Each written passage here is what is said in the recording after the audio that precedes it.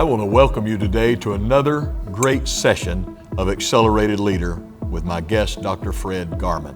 We've been talking about some very important issues that affect all of us in the way that we do our best to lead local churches, denominational ministries, or whatever God has called us into, and open doors for us to walk into as it relates to our leadership.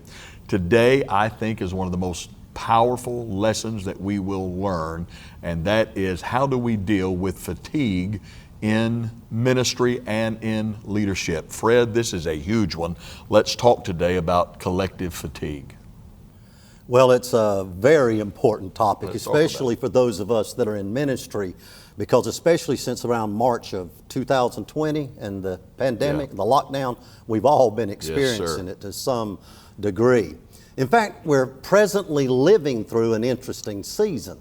Uncertainty, disruptive technologies, cultural upheaval, information overload, the speed of change, and new discoveries in science and outer space have everyone scratching their head. Take a quick test.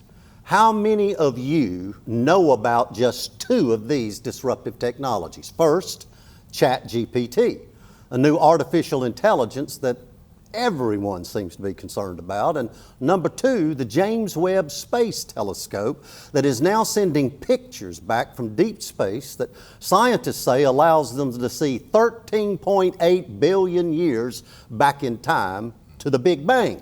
That's causing many scientists to reconsider intelligent design. We're all seriously aware of these issues, or at least we should be, unless, of course, you're somehow achieved the ability to keep your head in the sand. An ignorance is bliss attitude toward the outside world is sometimes the posture we take. But we can no longer maintain this posture. Matthew 5:14 calls the church to be a city on a hill, a shining beacon of light visible to everyone. And the Lord's Prayer in John 17 states, they are not of the world, but we are called to be in this world. No wonder we're all experiencing collective fatigue, along with the associated characteristics, stress, anxiety, depression, and all are consequences of unprecedented change and high uncertainty. But there's more.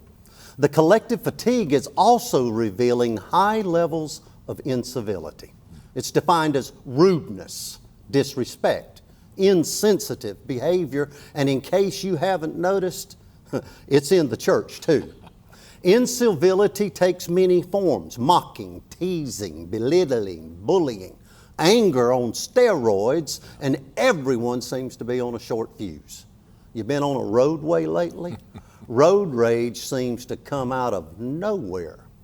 And rudeness, they say, is like the common cold, contagious, spreading quickly, and anyone can be a carrier. So what's the church to do? First, we've got to get out more and become better consumers of information. We must become more situationally and socially aware. Second, we must somehow recommit ourselves to the missional call of our Lord to seek and save that which is lost. We have to stop seeing them as the enemy and start seeing them as the people we've been called to reach. Third, we have somehow got to earn the right to speak into our culture. Getting involved with our local communities outside the four walls of our church could be a pretty good place to start. As Frank of Assisi said, preach the gospel whenever you can, and when all else fails, use words. And finally, the wider world might be stuck in an epidemic of incivility, but we don't have to be. Moments of kindness might matter now more than ever. In fact, a fresh look at the fruit of the Spirit found in Galatians 5 might be another good place to start. Wow, Fred, my goodness. Ending that on the thought of the fruits of the Spirit reminds me of what Paul continues to say in that chapter. Against such, there is no law. Basically, there is no limit.